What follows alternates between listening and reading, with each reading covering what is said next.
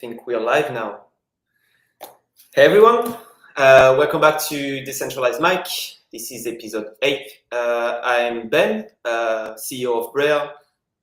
We are a product agency, product studio, working on Polkadot, specialized in UX.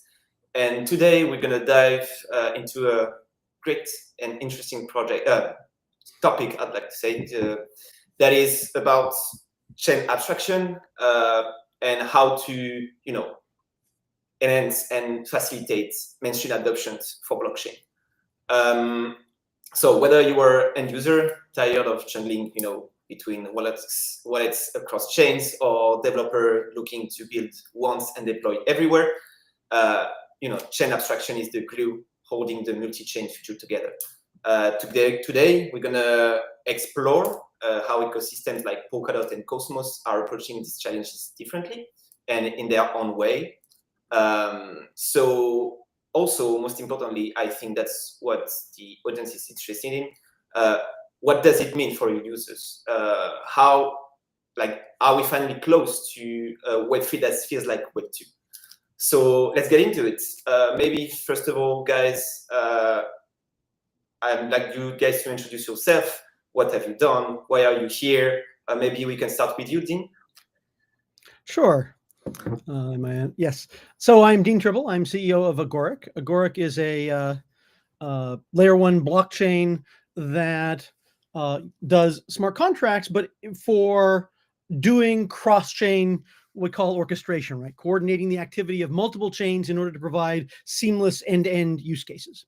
And that's sort of core to, or the next step after chain abstraction, which we'll talk about. We'll talk about a bunch, but being able to have end users be able to say, yeah, take my money from over there, trade it for that thing, and buy something on yet another chain, where they do one signature, they do one action. That's kind of critical to what we see as the future of things that people can do on chain. And so we have a platform for that. We are now switching over to actually using that power to build end user applications, right? Using that power to solve problems while other people can come in. We've been building up all this leverage and are excited to actually start using it now. Thanks, Dean. Seun, if you want to go next. Yeah, sure. Hello, everyone. My name is Seun Lanege, and I'm the co-founder of Polkadot Labs. We're the developers behind Hyperbridge.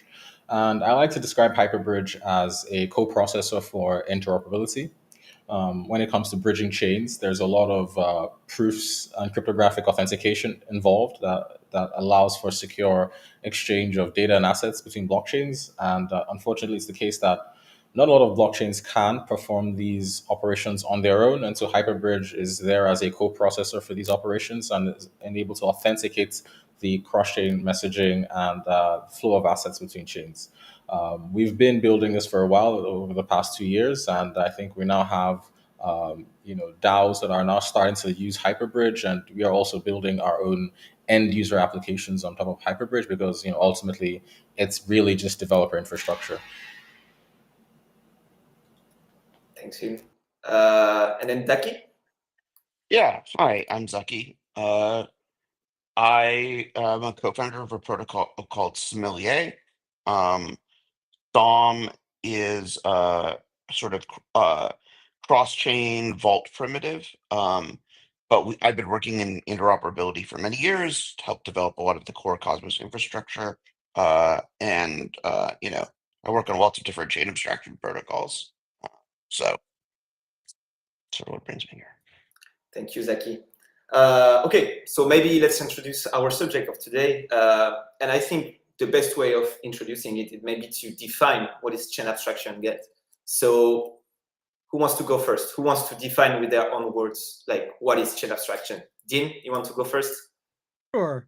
Yes, and we I think it was Everclear that first coined the term, but Agoric, Near, Frontier Labs, and so forth kicked off a whole big push for chain abstraction last year that really got that ball rolling.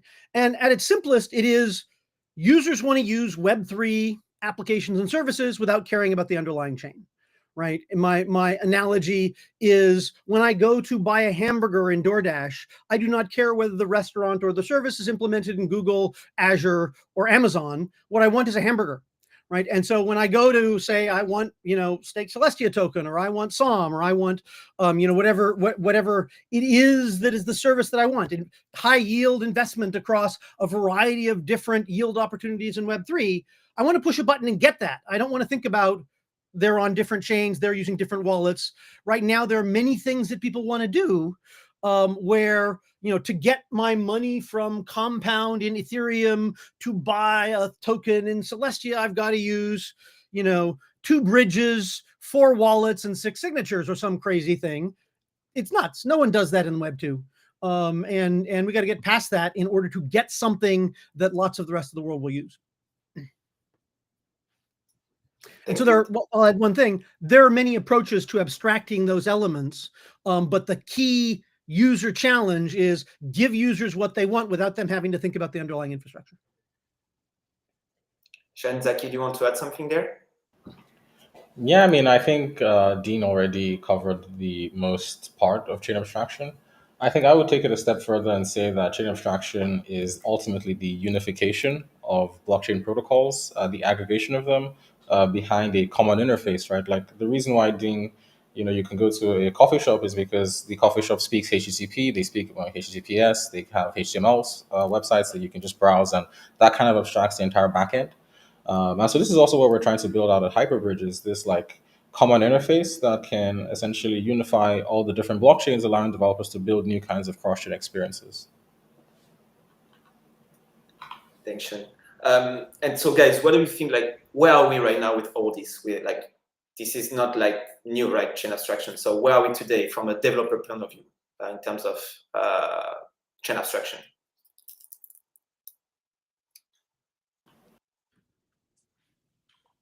There's go ahead. Go ahead, Zaki. I would say that one of the things that we seem to have made significant amount of progress towards is decoupling, like abstracting liquidity. So probably one of the things that people probably remember the most from the last cycle was, oh well, like there's liquidity in DeFi between assets on Ethereum or assets on Solana. But if you want to move cross chain, if you want to go from Sol to Tia, or you want to go from ETH to DOT, you either have to go back to the legacy world of centralized exchanges, or and I think basically across the ecosystem we've made it in a sort of enormous amount of progress in terms of apps across a bunch of different ecosystems that enable you to abstract liquidity between chains. I think those are things that have been making a lot of progress. I think you're starting to also see like more and more capability to just see your balance and interact with your balance and move and like deploy funds, which is sort of a natural thing that comes after sort of abstracting liquidity. So I think those are probably 2 areas where we've made a lot of progress in terms of what's actually in production right now. And so why is it becoming like right now a priority in Web3? Like, and why it wasn't before? Like, at least like we feel right now, at least on Twitter, this is a lot of, topic that is bringing like around chain abstraction. And this is a topic like hot topic right now. And according to you guys, why?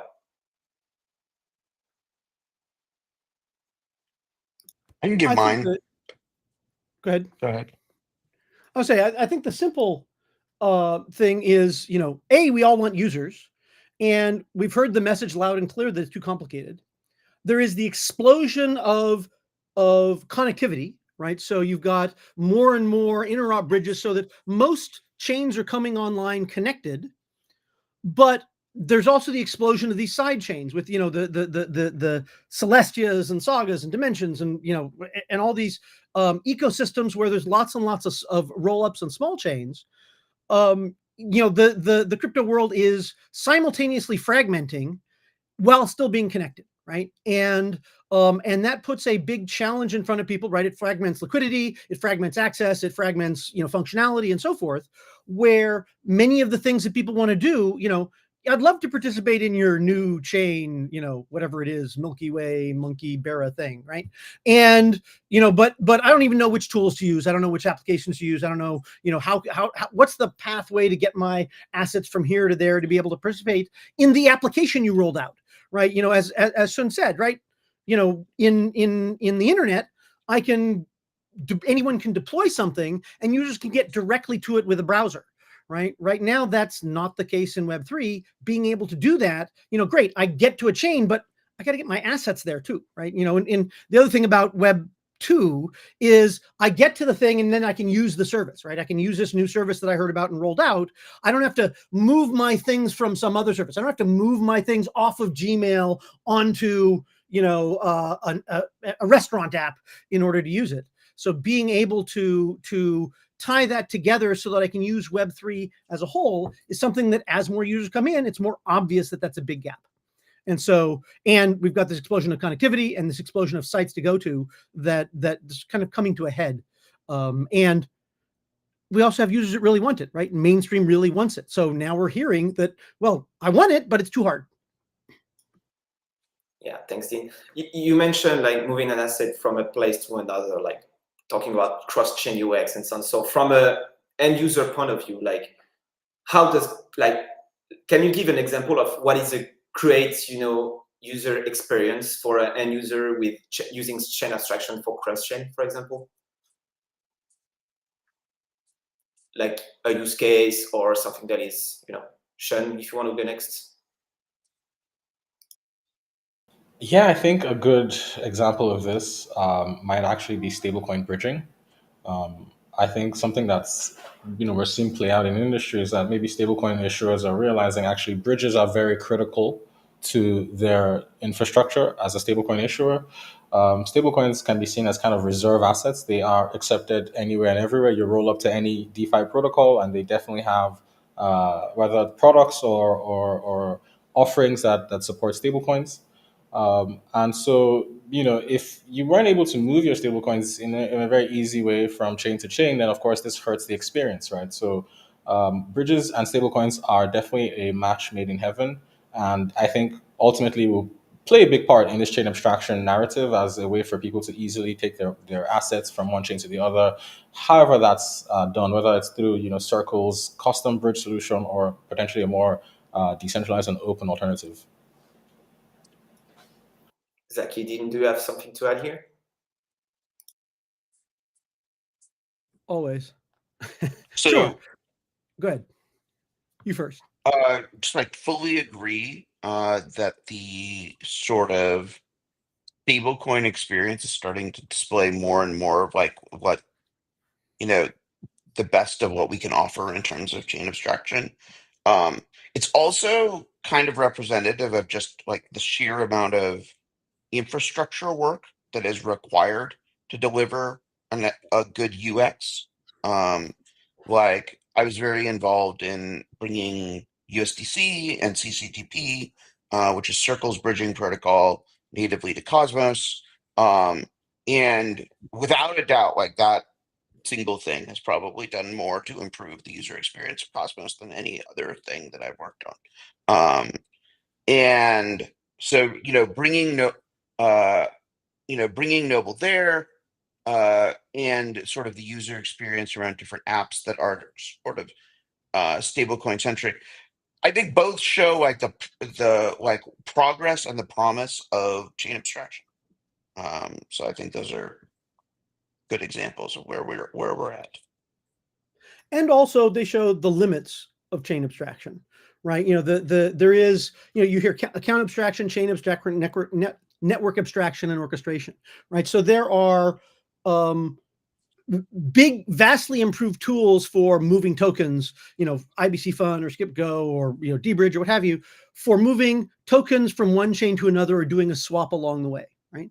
And that's really great, right? It's really nice to finally be able to go to one site and, and push a button, and then it will sort of take me through the process of, unbond my things, move them over this bridge, move them over here, swap them for Tia, take it to Celestia, and now do your thing or whatever it is. And that's really great and a big improvement over 2 years ago. But when you buy a plane ticket or you buy a hamburger in another country, you don't take your money and move it to the bank of the hamburger place and then pay for the hamburger. You do an end-to-end thing that has, an end consequence, right? Moving your money is something we have to do all the time, but it's not something that people generally want to do. They want to move it in order to do something. And so the next level of, great, I've got a single account. I can see all of my stuff. I can see all of my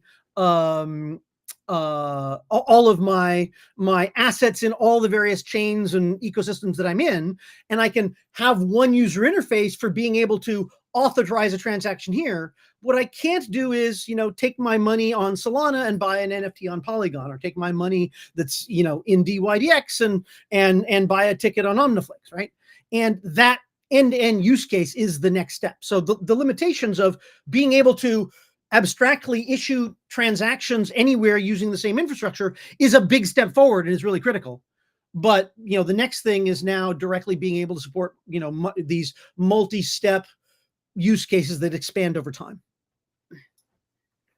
Thanks, Dean. I think we can take also some questions from the audience. By the way, guys, don't hesitate to drop comments or even questions. We're going to take time, like if we can, to answer them. So let's take this one, for example. Does tokenization of every layer and every app disincentivize chain abstraction?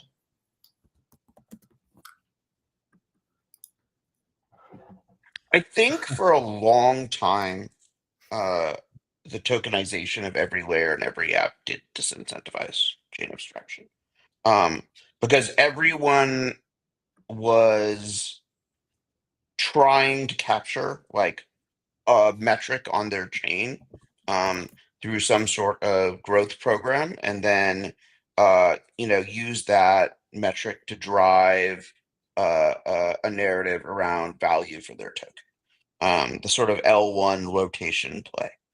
I think that we've seen that whole sort of economic structure like firmly die, and most teams now realize that the only strategy to acquire sort of durable value is to acquire breakout applications. And breakout applications need access to users. And your effort is much better trying to increase the addressable market of people who are building in your ecosystem rather than trying to capture some amount of TBL or users and make it very difficult for them to move ecosystem to ecosystem. Sean, do you want to add something here? No, I think that's really well put. I was going to say that maybe this was the case previously, but now we have an oversupply of blockchains and an oversupply of infrastructure, and now users are the main focus, right? And now applications have to be able to access these users potentially through multi-chain expansion. Okay, so maybe Sean, you can keep the. Oh, sorry, Dean. Go ahead. I just had to follow. In Web 2, with the growth of Web 2, one of the things we saw that was similar, was every layer of the stack people were trying to get and own the user. And we'll probably see that again in Web 2, right? Where okay, the browser now owns the user. Now, the last mile of your fiber tried to own the user, and the app inside tried to own the user, and the portal that was an app inside that was licensing things tried to own the user. And so there's a similar trying to stack on of getting the data about the user, the info about the transactions, all those kinds of things that we will that is some of trying to extract value, where you add a little more abstraction and a little more power in order to bring more users and capture some of that value stream. And so it's the same kind of dynamic. It is an important thing to do, but as like you said, the biggest thing is let's bring more users, right? We have a bunch of power here that solves problems people do care about. That is that has got to be the big driver of growth. And I fully agree with you on that. So that we explored the subject broadly, right? And I think it's time to start comparing approaches between Cosmos and Polkadot, right? Like, so what are the difference in terms of interoperability and abstraction between Cosmos and Polkadot? Who wants to go first? Sean, you want to go first? Actually, I think I'm uniquely unable to speak on this. I think Polkadot and Cosmos have very two different philosophies in terms of interoperability. Polkadot's core idea was to have a hub that converges and aggregates security and aggregates, messaging and connections. We see this with XCM and the HRMP and sort of messaging between parachains, where Cosmos kind of opted for a more sort of P2P connection mechanism. So chains they spin up, they can opt to connect with anyone, and they can essentially make trade deals with different chains, manually, right? And I think they both have different pros and cons. This is entirely left to the developer as to what application is suited for what. But I would say longer term, the hub approach actually has better economics, because given the fact that you're basically giving all these connections for free, so you don't actually have to work for them. You connect it to the hub and you get all these other connections for free. Your applications become immediately interoperable with all these different chains for free. And potentially, of course, you get this security as a byproduct of this. Dean, Zaki? So I would say that the Cosmos approach, to describe it as one approach, is probably not really an accurate description of where we are. Cosmos has been successful at sort of spinning up a whole bunch of different teams that all are kind of doing sort of vaguely related things that are all sort of somewhat unified into like maybe like a common set of wallets, a common like some of those wallets like do a good job of speaking are some of the native interoperability protocols. So we have this native interoperability protocol called IBC. For a long time, one of the big gaps in that IBC protocol is it didn't connect to Ethereum. So that was recently a thing that changed with the launch of IBC Eureka. One of the things that is enabling for Cosmos is better asset level interop across chains and ecosystems. And then what the question that is really, so I think the question that is for a long time, like, for when we built Sommelier, for instance, almost 5 years or 4 years ago, we had to build our own bridge to Ethereum and sort of knit together our own solution for that. Now there are more services available in Cosmos, like IBC Eureka, that basically just enable teams to get Ethereum interop out of the box. Interop solutions for Solana and ETH2s are coming to Cosmos in a broader way. But so there isn't just like that statement. There's not just like one approach has kind of been characteristic, and basically at this point we're taking a very pragmatic, like across Cosmos, people are taking a very pragmatic sort of user journey centric approach to what needs to be built. We want to be able to deliver applications that are built on Cosmos to the largest sources of liquidity. There's persistent demand from the lots and lots of teams that are building in the stack about how do they access users, how do they create assets within Cosmos and deliver them into other environments, and how do they do this without having to invent the wheel themselves? Yeah, I think there is an interesting question in the chat, and it's for you, Dean, maybe.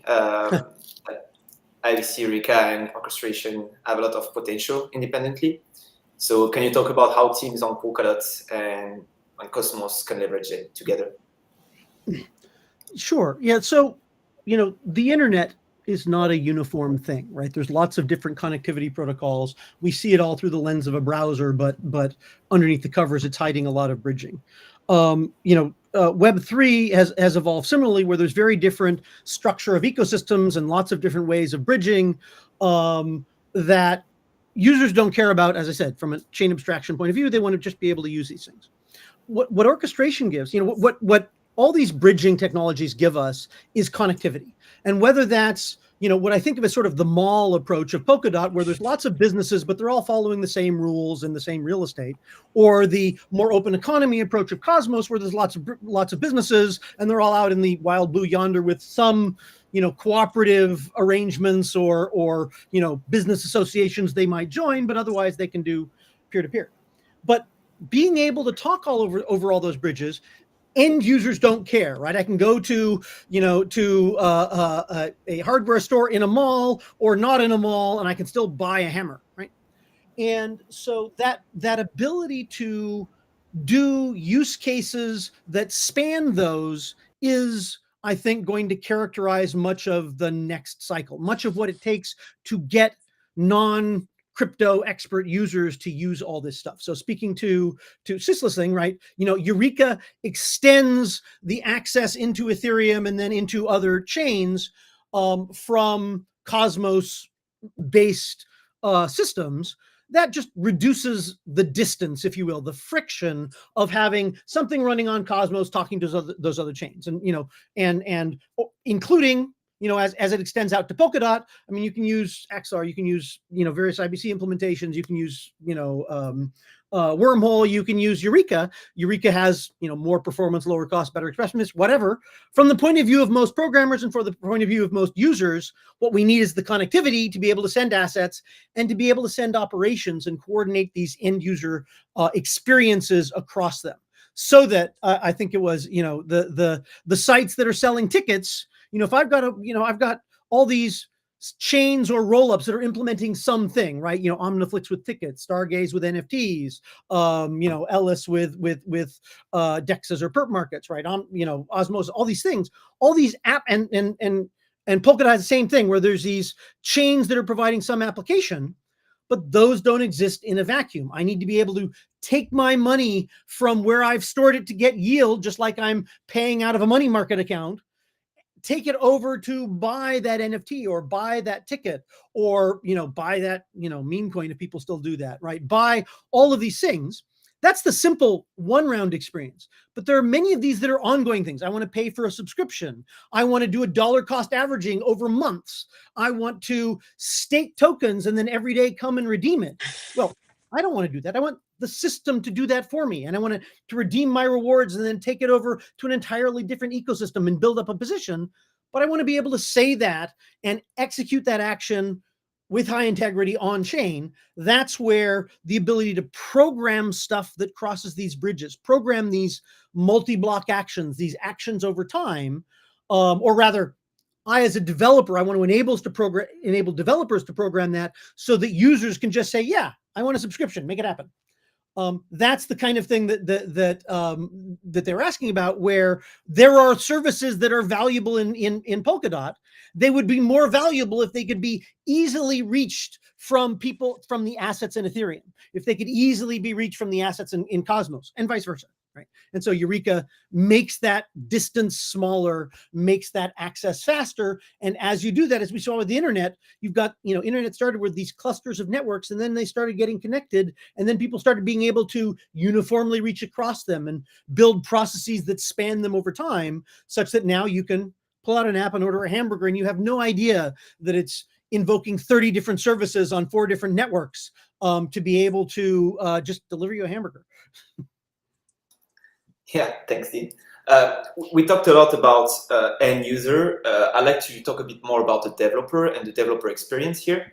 So from a developer experience lens, what does it mean, building with chain abstraction in mind, when it comes to cross-chain UX or cross-chain applications, what's possible? What are the possibilities here? Sean, if you want to go first, or... Yeah. Could you repeat the question? Sorry, I apologize. Sorry, you want me to repeat? Yes, if you could repeat the question, sorry. Yeah. I wanted to focus more now on the developer experience and really the developer lens, right? Like when it comes to build, a cross-chain application, what does it mean, chain abstraction, like in all this? How do you keep that in mind and how do you build with that in mind? Yeah, I was gonna quickly take the question. At Hyperbridge, we're now working with teams in the space that are now building applications on top of Hyperbridge's infrastructure. One thing that we've seen is that a lot of people are trying to build applications that circumvent, finality times, right? Ethereum, for instance, notoriously has very high finality times, and applications like, for instance, intents, which are able to essentially change the flow of bridging, right? Instead of having to move the asset there through a slow consensus bridge, you can have market makers, you can have fillers give you the asset on the other side, and then they can come back and redeem, on their own time. So I would say these are the kinds of things that developers are starting to think about when it comes to chain abstraction. User experience foremost, like what is the user experience for using all these multiple chains at once? Are users going to be stuck waiting, waiting for confirmation times, waiting for finality times? That's something I've seen that's very, very interesting. A second thing I think is that we're now at a place where most of the chains are now pretty well connected. And so it's not impossible that you're able to take your application and just simply redeploy it somewhere else and still be able to share, to some extent, states with your other deployments, right? And this can definitely enable new kinds of applications. I think another cool team that we're working with is a cross-chain lending protocol that is able to take liquidity from different sources and is able to then give you a loan on any chain that you want to have this loan on, right? And so these are new kinds of applications and new kinds of experiences that are enabled when you start to think from this chain abstracted perspective. And okay, I don't want to care where my users are. I just want them to be able to do X, Y, Z, and we take care of the rest. Zaki, Dean, do you want to add something here? As a Always. developer, building a cross-chain app using chain abstraction, how does it mean? There's a lot of attention on intents, and searchers thinking about, sort of the across style model to do a swap and whatever. But intents are really the user experience, right? Intents are, I have a thing, I would like this to happen, go figure it out, right? And there are multiple ways to implement that. So again, it is one of those things where the most, in some sense, the most valuable thing about intents is, users want something and crypto implementers are caring about what users want, right? If people take away nothing else, it is that the thing to do is figure out and care about what users actually want and go support that, right? Rather than inflict, the technology on them where they're expected to know how to use it, what to do, and buy into whatever, techno stack we implemented or care about. That you can reach a few thousand people that way, but you can't reach lots and lots, but you can't reach hundreds of thousands or millions of people that way, because to do that you've got to solve their problem in a way that they can use it. So a big thing I think for the next generation of applications is, just like Web 2 apps, right? It's a user interface layer talking to an orchestration layer that talks to microservices underneath, where those microservices are lending platforms on other blockchains or swap infrastructure, what have you. But users don't want to have to manually do all of those primitives in order to accomplish something. They want to be able to invoke an operation that uses those primitives of lending and swap and transfer and so forth to accomplish something for them. And so infrastructure that makes that more possible at the chain abstraction layer makes it so you can write a program that can do transactions on multiple chains. That's great. But as I say, the next level up, the limits to that, the next level up is being able to program something that spans those chains so that whether it's on chain or off chain, you can provide that end-to-end user experience for users. I think that's something that people need to be thinking about. And sometimes, a direction that's going is like pulling in AI to do some of that, where it's off-chain AI invoking these operations. But just good user experiences is really what we need to deliver. Zaki, you want to add something here? One of the things that I have been observing is that probably for most of the last 10 years that I've been working in blockchains, you spent almost all of your time on the on-chain pieces of blockchains.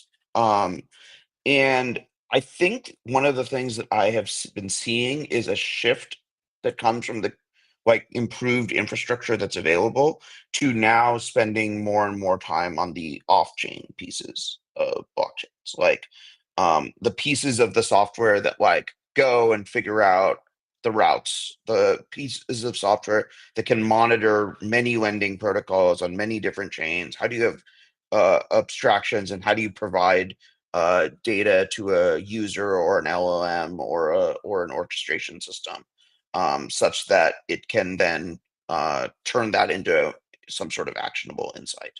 And I think that's a huge improvement in product development. I think the one of the things that is just true is just like as you're building something, you have a finite amount of energy, resources, attention that can be put into a product. And when you have to build all like when your focus is all on building the like chain pieces of it, the chain pieces are really hard. And now as the infrastructure has improved, we can focus more on the off-chain pieces, and those off-chain pieces can produce more tangible benefits for users. Thanks, guys. So I think now we can also start focusing on the challenges ahead of us, right? Like, because we talked about a bit of everything that is being done today, but can you explain to the audience how far are we as a developer? Like, I'm a new developer. I'm building on one chain, so let's say Polkadot, and I want to deploy on all chain just by clicking on one button or something like that. How far are we from that? I don't take that as a goal at all. I mean, that's the okay, everyone's EVM, so I can use EVM. No. I mean, partly, Solidity has major security things. It's very dangerous to innovate there. People are building in Rust. On our platform, you can build in JavaScript. I want to be able to do multi-block actions. Most programs in the world do not start and end within one block, which is what you can build in Solidity. So to me, deploy everywhere. No. I want to access users from everywhere. I want to access assets from everywhere, and bridging lets me do that. Deploy everywhere? That's dumb, right? If I Web 2, I deploy an app on Amazon or Google, and then people can reach it from everywhere, and I can reach users from everywhere, and that's what we need. And yeah, sometimes you replicate and stuff like that. That's great. Web 3 needs to do that, but deploy everywhere, I think that's an artifact of how hard it is to do cross-chain stuff right now. And people do that crazy thing in order to be able to reach users in all these different ecosystems. But if we have better cross-chain programmability, if we have better reach to users, then we do not need to do that. And it's all about scaling now. It's not about, I need to have the same program in 6 different places. And then, right now there are sites that have deployed in multiple places, and now they've got the cross-chain stuff in spades because they can't do cross-chain liquidity, and they got users in one place and not users in another, and they can't cross-sell, and people want features in one place and not in another, and now people complain and they're confused. This is not a way to go, right? What you want is uniform access, and that makes that deploy everywhere not necessary. Shanzaki, what are your take on that? Hot take? I actually tend to agree with this, and I think we're seeing this as well with, like, for instance, Unichain, where it's like applications are realizing that rather than deploying everywhere, maybe I should just own the experience and then set up the necessary rails that allow users to come to my home turf and use my application. And this is, all just going back to the app chain vision. Cosmos Polkadot kind of predicted this early on. And I think that's actually where we're eventually going to head to. I think there's now this commoditization of blockchain infrastructure. You can deploy an L2, you can deploy, Cosmos chain, you can deploy like a Polkadot SDK chain very, very easily, much easier than it was before. These tools are now much more mature. I think the chain abstraction thesis is still the app chain thesis, just kind of rebranded and refurbished and now repackaged for us. Oh, I don't think Zaki? it's that at all. Go ahead. Oh, Yeah, go I ahead. mean, I think part of the thought process here is there isn't really a story about deploying everywhere. There is a story about specialization, right? of different blockchains, different blockchain ecosystems, et cetera. And some of those specializations are more speculative than others, right? Like we know that like Hyperliquid and the Hyper EVM is going seems like or Hyperliquid has been doing really well with their sort of app chain side of their business for as a perp dex. And now they're trying to attract application developers on Hyper EVM. Um, and that may enable a whole bunch of applications that sort of naturally exist around like a order book. But like you wouldn't same application wouldn't make any sense on like Base, which doesn't have this giant order book. And you know, you are seeing a lot of chains that are trying to specialize in real world assets and stablecoin applications. And that might end up being a thing. And sometimes, you know, bits and pieces of DeFi applications get deployed in multiple places. Like you know, I expect you'll see lending protocols like Morpho and Euler across lots and lots of different chain categories, but probably with like completely divergent set of assets in every different category. So I think that the sort of thing that is occurring is an increasing amount of specialization across blockchains. As different application categories mature, those categories, you know, in 2023, you know, the sort of dominant perp dex was on Arbitrum, then it was DYDX, on Cosmos, that was Hyperliquid, which is its a sort of custom built app chain concept. But like the trend is towards specialization. And that ties to important way in which chain abstraction is in some sense the opposite of the app or a complement to the app chain thesis. What Saki's describing is, you know, that trend towards specialization. A chain that does liquid staking by itself is completely worthless, right? It needs staking token to wrap, and then it needs a market to take that liquid staking token to use in. Otherwise, no one cares about the liquid staking token, right? And so that specialization demands not just connectivity, but that use case is intrinsically cross-chain. And so so that demands that explosion of all these smaller specialized chains demands chain abstraction to be able to even touch them all and handle them all. And as I said, it demands more. It demands the programmability of something like orchestration to be able to build those end-to-end use cases. But fundamentally, you know, the explosion of app chains creates the situation that has driven that transition to people realizing, oh, being able to abstract across all these chains is really important because, you know, there's 100 of them, and I just don't want to think about 100 apps to be able to manage all this stuff. It's never going to happen. And so chain abstraction is the solve for that challenge. So according to you guys, what are the biggest barriers right now for implementing, you know, seamless chain abstraction? Like from a regulatory point of view, gas fees, like your UX technical point of view, like what are the biggest challenges today? I mean, for us at Hyperbridge, especially because we've been tackling this unification problem, the biggest issue, of course, is the diversity of execution environments. You know, we're dealing with like EVM, we're dealing with like, okay, Sui and Aptos that have Move virtual machines. We're currently looking at Solana, and that has like this Rust-based. And I think the EVM as well is going to go away, you know, with Vitalik's new proposal, and there's not going to be RISC-V. This presents a mess of implementations that bridges need to have. And that's just at the surface level, right? That's just, okay, programming. Okay, then there's like finality. You go one step lower, and then there's finality issues. Slow finality. L2s are ridiculous. They finalize. I mean, if you follow their vanilla finalization, that's like a week. But you can probably get that to like an hour. But that's still not, you know, still not good enough. And there's, you know, all the mess of like performance as well, and, you know, high gas fees on Ethereum. Even though that's no longer an issue, I still think that's going to come back eventually as more DeFi moves back again to Ethereum. So there's just a lot of problems in terms of, especially people who are building this chain abstraction infrastructure. I think the people who build applications on top of this infrastructure, they wouldn't really be exposed to these problems. You know, they just use infrastructure, and that's kind of their prerogative. But I would say that the implementers are not going to have a good time. You've brought up the finality time a couple of times. We were originally in Polkadot. We moved over to years ago over to Cosmos, both of which have reasonably fast finality, right? We have since we talked about like the solver style thing. We have in orchestration using this cross-chain programmability built a fast USDC, a bridge to be able to solve some of that problem you talked about getting assets off of ETH to anywhere else takes 20 minutes, or at best case, or 18 minutes.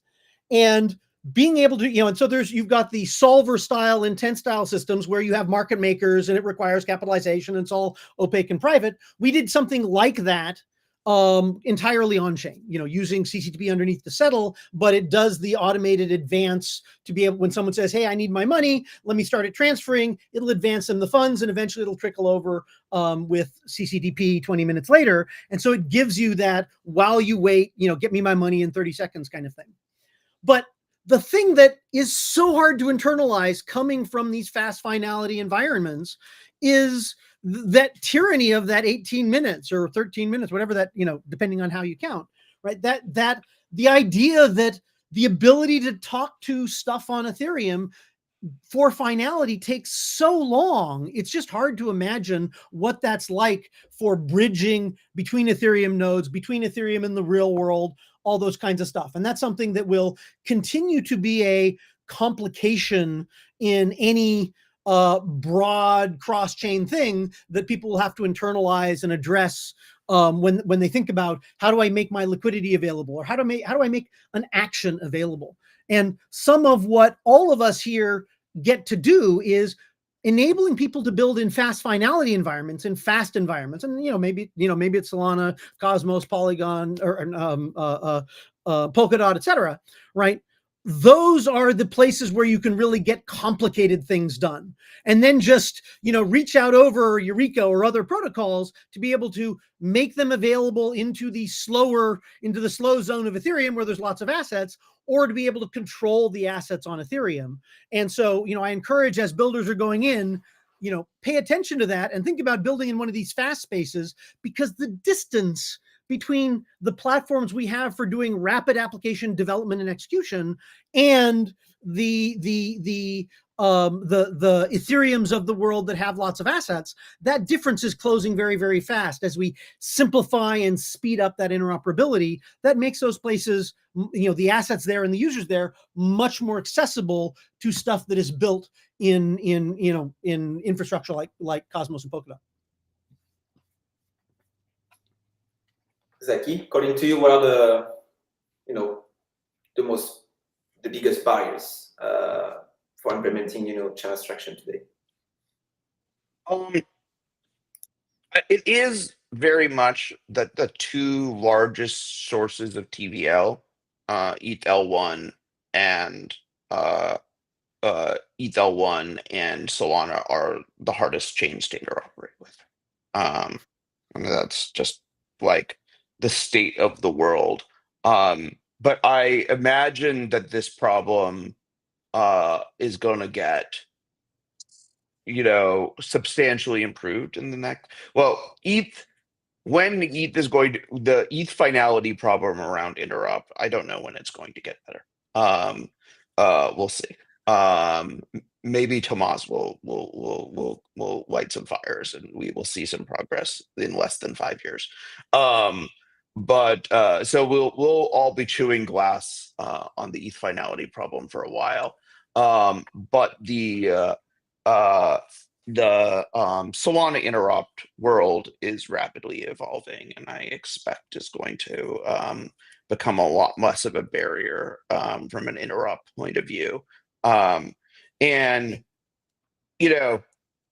I think that the interesting delta continues to be that the token casino structure has been the thing that has absolutely resisted chain abstraction.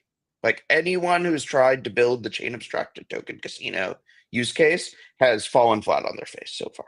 Like, there's been a bunch of attempts, and it has not worked so far. So like the casino the like meme coin casino that existed on Ethereum for many years, was only overthrown by a new casino that existed on Solana, but not any sort of true cross-chain thing. And so I think that use case, but then the other two big use cases in crypto, one is the perps market and the stablecoin use case. Those things have become more and more natively chain abstracted, just like as like every second goes by. I think we saw today, like one of the things that I woke up to was Circle announcing a payment network, and like I got a message from a colleague that was like, "Is this a chain?" And it's like, well, it's not a chain, but like it's just a chain abstracted thing. Like it'll probably settle anywhere that native Circle USDC exists. And so you have this you have things. There's been a gravitational force towards that. Okay, thanks, guys. So we talked about chain abstraction, cross-chain UX. There's a lot of more and more we're talking about also account abstraction, all that kind of things. So according to you guys, where are we going next in terms of UX for chain abstraction in general? In terms of what? UX, user experience.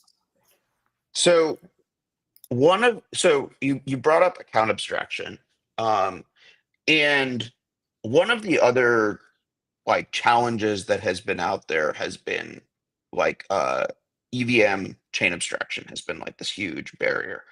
And Ethereum is launching, this thing they call EIP 7702, which is a kind of half step towards native chain abstraction in the Ethereum, or native account abstraction within the Ethereum ecosystem. And there's a bunch of chain abstraction use cases that are enabled by 7702 that are very exciting for me. Like the use case of I have an intent that allows me to execute some smart contract on the other side of that intent. A version of that becomes possible. Now, Dean will say that this doesn't enable offer safety, and he's right. That you are very much at the mercy of the author of the smart contract on the other side about whether or not the solver can screw you over. And that is true. But I suspect 80-20. There are sort of many contract calls over Ethereum that are safe enough to do things like this via the account abstraction and chain abstraction capabilities that 7702 enables. So one thing that I think a lot about is that we are kind of about a month away from what could be a golden age of EVM chain abstracted experiences. And I'm terrified that there's insufficient ecosystem coordination to achieve that golden age. I will comment, right? So that 7702 is really cool. And one of the models, like the intense model, I lock up my tokens here and authorize some other party to put a different token, or to act on my behalf on Aave or on some other set of chains. And so what that lets me do is an arrangement where I can lock up. They deliver tokens on my behalf almost instantly and bring back the proof, and so they then get my tokens here. And that gives you, this offer safety, this ability where each side is protected, because this escrow won't release my tokens to the market maker until they've delivered. That lets you do some really important key things, like I can quickly transfer money with using off-chain market makers. Now, off-chain market makers, there's capitalization issues, and are they making money? And there's all sorts of challenges there, but that's really powerful. The problem is you can't safely authorize that same market maker that if they can see they'll be able to get funds, they can give you funds over here. You can't authorize them to withdraw the funds on your behalf.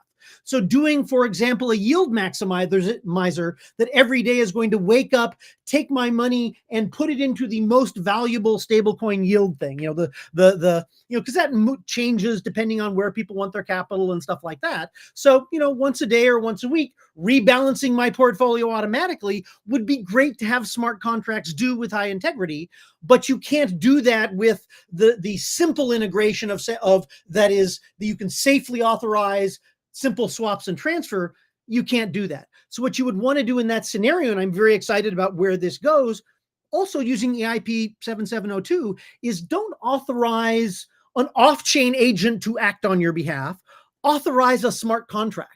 Now, yes, you are subject to the behavior of that smart contract, and that's not great, but that's way better than being subject to an off-chain opaque agent that you have no idea what they're doing, and they could easily rug pull you. So authorizing a smart contract, or authorizing a smart contract controlled from Agoric's orchestration, even better, to be able to do something where it's going to wake up every day and on your behalf, rebalance portfolio or build up a position in another token over time or that sort of thing. That's going to be really powerful. So EIP 7702, I agree, is really good. And there are equivalent functionality already on Solana. So this is the thing that will enable this ability to have smart contracts, written in something like Agoric orchestration, able to reach across these interop bridges to control accounts on a user's behalf from one place. And now you start to you start to be able to program these cross-chain activities and give users a uniform experience, even though the underlying substrates of these various applications are quite different. That so the account abstraction is a big power up that will take a couple of years to realize the value of, but that's a place where people should really be farming for new kinds of activities and applications. Sean, what's your take on what are going to be next things in terms of UX? No, I think I pretty much agree with Zaki and Dean. I think 7702 is something that we've also been pretty much waiting for at Hyperbridge, is that it allows for you to now carry assets and instructions to be executed, and you can execute them from the perspective of the user's account, and this just wasn't possible before.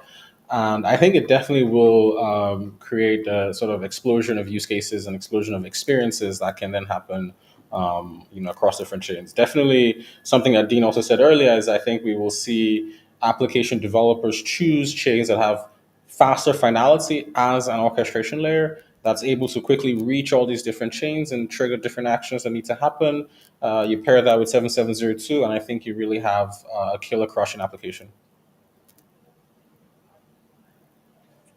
Okay, thanks, guys. And yeah, we have a few minutes left, so I'm gonna ask one last question. And I think everything that is kind of a buzzword, which is AI, right? Like AI is a bit everywhere nowadays. So how AI agents and AI in general will help chain abstraction in all this? So many ways. Go ahead, Zaki. So I think while AI is, so I think that there's two components that are basically where I see AI making a difference. One is I think one of the things that teams we've enormously grappled with at SOM is just the cost of maintaining integrations with lots of different chains, lots of different DeFi protocols.